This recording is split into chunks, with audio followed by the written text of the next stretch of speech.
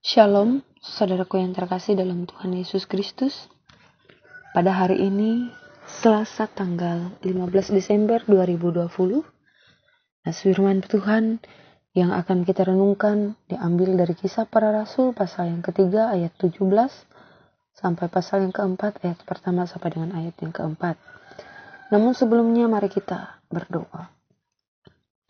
Bapa kami yang di surga, di dalam nama Tuhan Yesus Kristus, pada saat pagi hari ini Tuhan, kami bersama akan menyatukan hati kami untuk mengucap syukur kepadamu Bapa, atas segala perlindungan yang Engkau berikan kepada kami sepanjang malam yang telah kami lalui.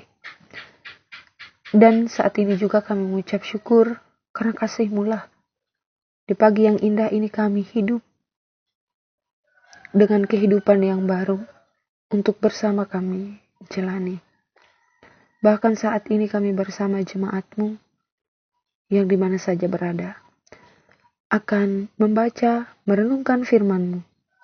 Kami memohon Engkau mengurapi kami, memberikan kami hikmat, pengertian, agar kami dapat mengerti maksud dan kehendak Tuhan dalam kehidupan yang Engkau karuniakan kepada kami. Di dalam nama Tuhan Yesus, kami bersyukur dan memohon. Amin.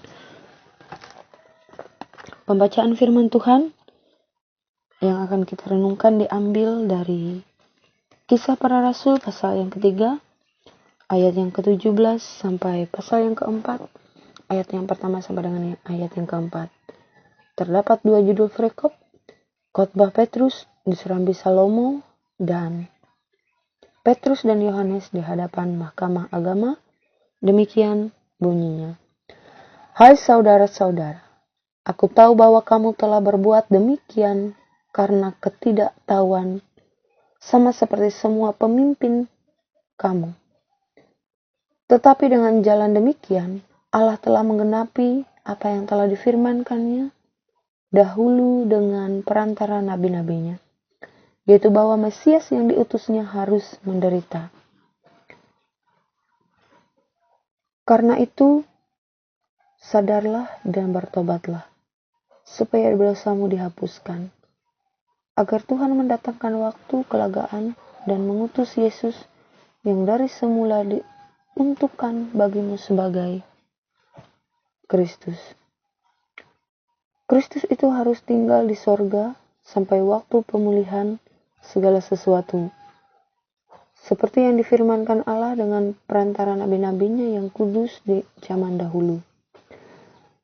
Bukankah telah dikatakan Musa, Tuhan Allah akan membangkitkan bagimu seorang nabi dari antara saudara-saudaramu, sama seperti aku. Dengarkanlah dia dalam segala sesuatu yang akan dikatakannya kepadamu. Dan akan terjadi bahwa semua orang yang tidak mendengarkan nabi itu akan dibasmi dari umat kita.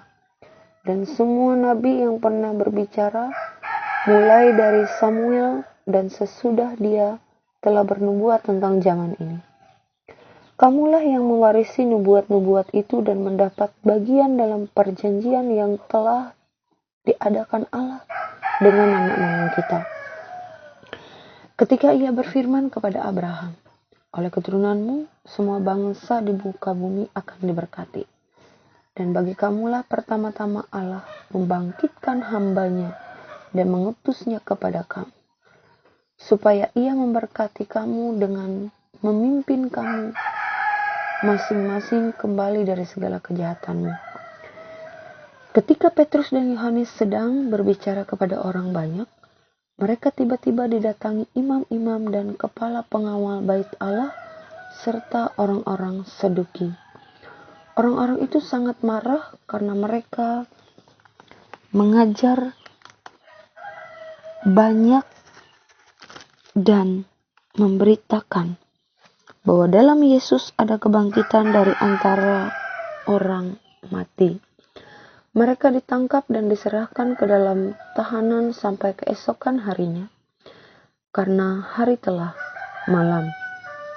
Tetapi di antara orang yang mendengar ajaran itu, banyak yang menjadi percaya, sehingga jumlah mereka menjadi kira-kira 5.000 orang laki-laki. Amin. Sedemikian jauh pembacaan firman Tuhan. Yang berbahagia ialah orang yang mendengarkan firman-Nya dan melakukannya dalam kehidupannya tiap hari. Saudaraku yang diberkati dan dikasihi oleh Tuhan Yesus Kristus. Allah kita adalah Allah yang selalu rindu memberkati dan memberikan anugerah-Nya. Tetapi sebagai umat-Nya seringkali kita tidak mengetahui, bahkan tidak mempercayai akan hal tersebut. Pertama kita bersama akan melihat bagaimana peristiwa Petrus menyembuhkan orang lumpuh. Dan dari peristiwa ini kita dapat belajar tentang anugerah dan bagaimana kita mendapatkannya. Seperti yang dialami oleh orang lumpuh tersebut. Dalam Kisah Para Rasul pasal yang ketiga, ayat yang ke-17 sampai dengan ayat yang ke-26 ini kita melihat bahwa banyak orang terheran-heran melihat kesembuhan seorang lumpuh ini. Mereka tidak habis pikir bagaimana kesembuhan itu dapat terjadi padahal orang tersebut sudah lumpuh sejak lahir. Namun satu hal yang pasti bagi kerumunan orang di bait Allah adalah yang memberikan kesembuhan bagi seorang lumpuh tersebut adalah Petrus dan Yohanes. Tetapi kedua rasul ini sama sekali tidak memiliki andil dalam mujizat penyembuhan itu. Keduanya hanyalah hamba Yesus yang bekerja untuk melanjutkan misi kerajaan Allah di dunia. Saudaraku yang diberkati dan dikasihi oleh Tuhan Yesus Kristus, kehebohan ini mendorong Petrus membuat pernyataan di serambi Salomo bahwa Yesus yang telah dibunuh oleh para pemimpin agama dan orang Yahudi, namun dibangkitkan Allah Israel dari antara orang mati. Itulah penyembuhan yang sesungguhnya. Sehingga pernyataan Petrus sangat mengejutkan orang banyak. Tapi Petrus dengan lantang dan panjang lebar menjelaskan tentang janji-janji, tentang nubuat-nubuat Allah mengenai kedatangan Mesias sebagai juru selamat manusia. Untuk tujuan itulah Yesus harus menderita, bahkan ditolak oleh bangsanya sendiri. Saudaraku yang diberkati dan dikasihi oleh Tuhan Yesus, Petrus menyadari bahwa apa yang dikatakannya belum tentu dapat dipahami, belum tentu dapat diterima oleh banyak orang. Tapi baginya tidak menjadi persoalan. Namun yang terpenting adalah bagaimana mereka dapat mengenal Yesus, bagaimana mereka dapat mengenal karya keselamatannya. Memang mewartakan hal yang demikian tidaklah mudah, sebab dibutuhkan keberanian yang besar, kesiapan yang tulus. Tetapi Petrus tidak peduli dengan keselamatannya. Ia sepenuhnya menyerahkan hidupnya kepada Allah. Ia berharap orang yang mendengar khotbahnya menyadari kesalahan dan mengambil tindakan pertobatan. Saudaraku yang dikasihi dan diberkati oleh Tuhan Yesus Kristus di mana saja berada, melewati firman Tuhan ini, kita semestinya bersyukur karena Allah dalam Kristus Yesus telah mengasihi kita dan mau mengampuni segala dosa kita. Karena itu, janganlah kita menunda untuk percaya kepada Yesus. Sebab Allah telah menetapkan Yesus Sang Juru Selamat adalah satu-satunya jalan keselamatan bagi kita yang percaya kepadanya. Amin. Mari kita bersatu dalam doa, kita menaikkan doa syafaat kita. Tuhan kami Yesus Kristus, kami mengucap syukur ya Tuhan, karena Engkau telah mengizinkan kami untuk boleh bersama membaca dan merenungkan firman-Mu yang kudus. Biarlah firman-Mu yang telah kami terima boleh menjadi pedoman dalam hidup kami, bahkan dalam kami menjalani hidup yang telah Engkau karuniakan kepada kami sekalian. Tuhan, saat ini dalam doa pagi ini, kami bersama-sama akan memanjatkan segala permohonan kami kepada Tuhan. Saat ini kami memohon Engkau memberikan kekuatan dalam setiap aktivitas yang akan kami lakukan. Kami memohon Engkau memberkati secara jasmani dan rohani kehidupan jemaat-Mu yang ada di Sungai Lunuk.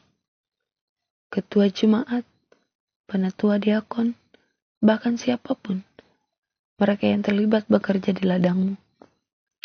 Biarlah ya Tuhan Engkau memberkati mereka.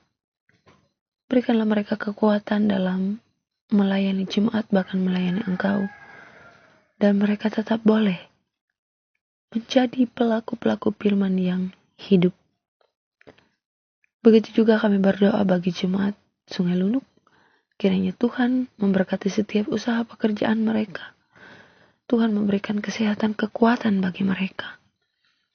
Tuhan menjaga, melindungi mereka, dan biarlah damai sejahtera-Mu boleh terjadi atas hidup mereka. Bahkan ya Tuhan, dalam setiap doa kami, kiranya Engkau memulihkan bangsa ini, agar boleh berlalu dari wabah ini, sehingga kami semua boleh leluasa melakukan setiap aktivitas, bahkan rencana kehidupan kami. Terima kasih Tuhan. Dalam nama-Mu kami akhiri doa ini dengan doa yang akan kami ucapkan secara bersama. Demikian. Bapa kami yang ada di surga, dikuduskanlah nama-Mu. Datanglah kerajaan-Mu. Jadilah kehendak-Mu di bumi seperti di surga. Berikanlah kami pada hari ini makan kami yang secukupnya, dan ampunilah akan kesalahan kami, seperti kami juga mengampuni orang bersalah kepada kami. Jangan bawa kami ke dalam pencobaan, tapi lepaskanlah kami daripada yang jahat. Karena Engkau punya kerajaan, kuasa dan kemuliaan sampai selama-lamanya. Amin. Tuhan memberkati engkau dan melindungi engkau. Tuhan menyinari engkau dengan wajah-Nya dan memberi engkau kasih karunia. Tuhan menghadapkan wajah-Nya kepadamu dan memberi engkau damai sejahtera.